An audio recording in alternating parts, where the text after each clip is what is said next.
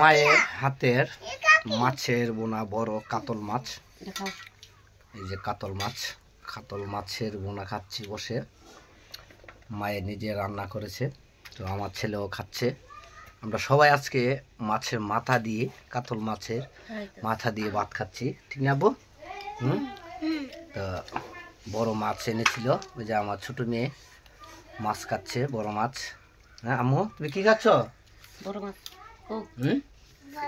বড় মাছের মাথা, কি কাতল মাছ? কাতল মাছ, তাই না?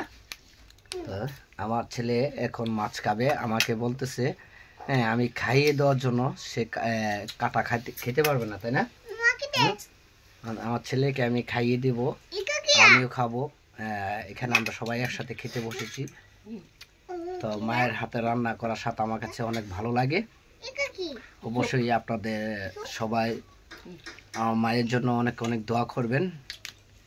আসসালামু আলাইকুম।